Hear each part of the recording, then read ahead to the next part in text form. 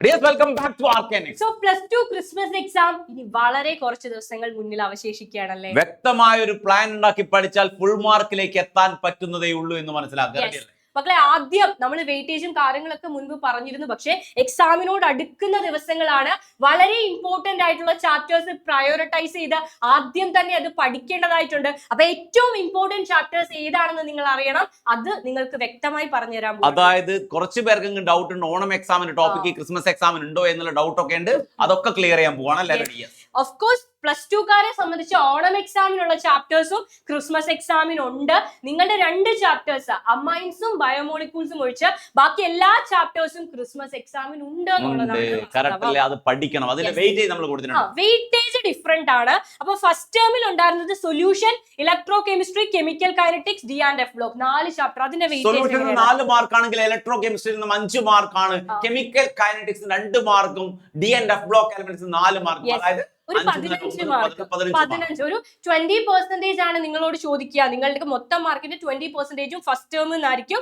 ഒരു 15 മാർക്കിന്റെ ചോദ്യങ്ങൾ ഫസ്റ്റ് ടേമിൽ നിന്നായിരിക്കും. ഫസ്റ്റ് ടേം ഇല്ലെങ്കിൽ കൂടെ ഫുൾ മാർക്ക് ഉറപ്പായിട്ടും നേടാൻ സാധിക്കും. ഏകദേശം 78 മാർക്കിന്റെ ക്വസ്റ്റ്യൻ ഉണ്ടാവും. അതിൽ എന്ത് ചെയ്യാ, 15 മാർക്ക് പോയാൽ 63 മാർക്കിന്റെ ക്വസ്റ്റ്യൻ ഉണ്ടാവും. പക്ഷെ അതിൽ ഒരുപാട് റിസ്ക് ഫാക്ടേഴ്സ് എന്ന് പറയുന്നത് നിങ്ങൾക്ക് കണ്ടാൽ മനസ്സിലാവും. ഏറ്റവും അധികം വെയിറ്റേജ് ഉള്ളത് ആൽഡിഹൈഡ് കീറ്റോൺസ് പോലത്തെ ചാപ്റ്റർ, ഓർഗാനിക്കിന്റെ ചാപ്റ്റർ.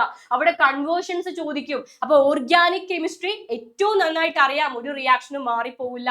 അങ്ങനെ കംപ്ലീറ്റ് പഠിച്ചെങ്കിൽ മാത്രമേ ഫുൾ മാർക്കിലേക്ക് നമുക്ക് എത്താൻ പറ്റൂ.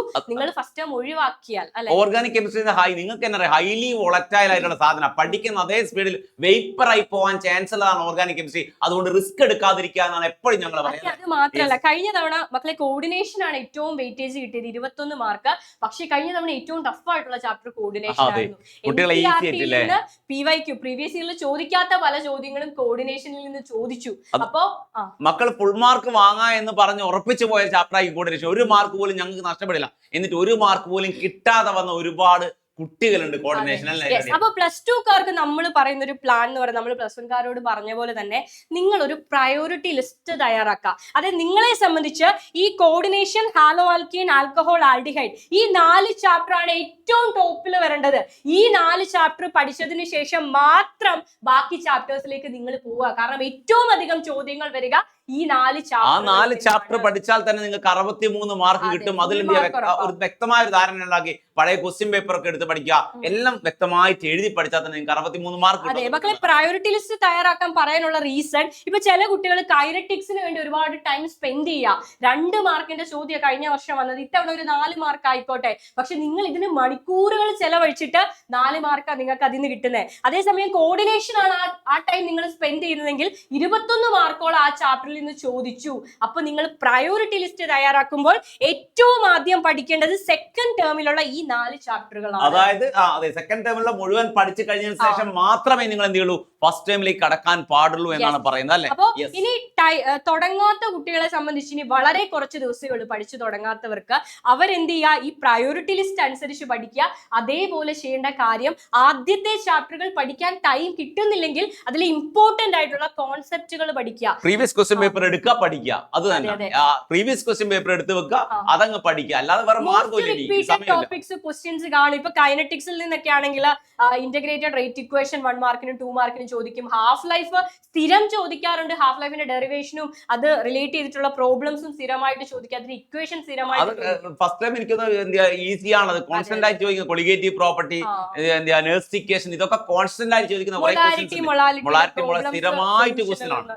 അതൊക്കെ പഠിക്കുക. അപ്പൊ ഇമ്പോർട്ടന്റ് ആയിട്ടുള്ള ടോപ്പിക്സ് മനസ്സിലാക്കുക. ആ ടോപ്പിക്സ് എന്ത് പഠിക്കുക, ആദ്യം നിങ്ങൾ ഈ 4 ചാപ്റ്റർ കവർ ചെയ്യുക കെമിസ്ട്രിയെ സംബന്ധിച്ച്. അതിനുശേഷം ബാക്കി ചാപ്റ്റേഴ്സിലെ ഇമ്പോർട്ടന്റ് ടോപ്പിക്സ് പഠിക്കുക.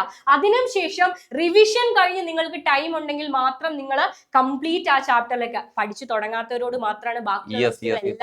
ഓർഗാനിക് കെമിസ്ട്രി ഒക്കെ പഠിക്കുന്ന സമയത്ത് പ്രീവിയസ് ക്വസ്റ്റ്യൻ പേപ്പർ എടുത്ത് വെച്ചിട്ട് എങ്ങനെയാണ് ക്വസ്റ്റ്യൻ വരിക എന്നുള്ള വ്യക്തമായ ധാരണ ഉണ്ടാക്കിയതിനു ശേഷം മാത്രം പഠിക്കുക. അല്ലാതെ വെറുതെ പഠിച്ചു പോയിട്ട് കാര്യമില്ല. എക്സാമിന് എഴുതാൻ പറ്റില്ല. അതേപോലെ റിവിഷൻ ഇമ്പോർട്ടന്റ് ആണ് മക്കളെ. കാരണം ഓർഗാനിക്കിന്റെ റിയാക്ഷൻസ് നിങ്ങൾ എഴുതി പഠിക്കുക. അത്രയും തവണ എഴുതി പഠിക്കണം, അല്ലെങ്കിൽ മാറിപ്പോകും. കാരണം കൺവേർഷനും കാര്യങ്ങളുമായിരിക്കും എക്സാമിന് ചോദിക്കുക. അപ്പൊ ഓർഗാനിക് നല്ല രീതിയിൽ ഓരോ റിയാക്ഷനും പറ്റുന്നത്ര തവണ നിങ്ങൾ എഴുതി പഠിക്കുക. ഇവരിപ്പോ ആൽക്കോൾസ് ഫീനോൾസ് ഈതേഴ്സായി നിങ്ങളിപ്പോ സ്കൂൾ പഠിച്ചുകൊണ്ടിരിക്കുന്നത്, ട്യൂഷൻ ക്ലാസ്സിലും പഠിച്ചുകൊണ്ടിരിക്കുന്നത്. പക്ഷേ ആൽഡിഹൈഡ് എത്തിയാൽ നിങ്ങൾക്ക് അതിന്റെ കാര്യം മനസ്സിലായി. രണ്ടും കൺഫ്യൂഷനാണ്. ഈ രണ്ട് ചാപ്റ്റർ റിലേറ്റഡ് ചാപ്റ്റേഴ്സ് ആണ്. അപ്പൊ കൺഫ്യൂസ് ആയി പോകും. അതുകൊണ്ട് വ്യക്തമായിട്ട് എഴുതി പഠിച്ചില്ലെങ്കിൽ കാര്യം മറന്നുപോകും. ശ്രദ്ധിക്കുക. റിവിഷൻ മാൻഡേറ്ററി ആണ് മക്കളെ. നന്നായിട്ട് റിവൈസ് ചെയ്യുക. അപ്പൊ അവസാനത്തെ 4 ചാപ്റ്റർ പഠിച്ചാൽ പോലും ഫുൾ മാർക്ക് കിട്ടും. അപ്പൊ പഠിച്ച കോൺസെപ്റ്റ് നല്ലവണ്ണം റിവൈസ് ചെയ്യുക എന്നുള്ളതാണ്. നല്ല രീതിയിൽ പഠിക്കുക. വളരെ കുറച്ച് ദിവസങ്ങൾ കറക്റ്റ് ആയിട്ട് പ്രോപ്പർ ആയിട്ട് ഉപയോഗിച്ച് പഠിക്കുക. ഓക്കെ, റെഡി അല്ലേ? Very best. ബൈ.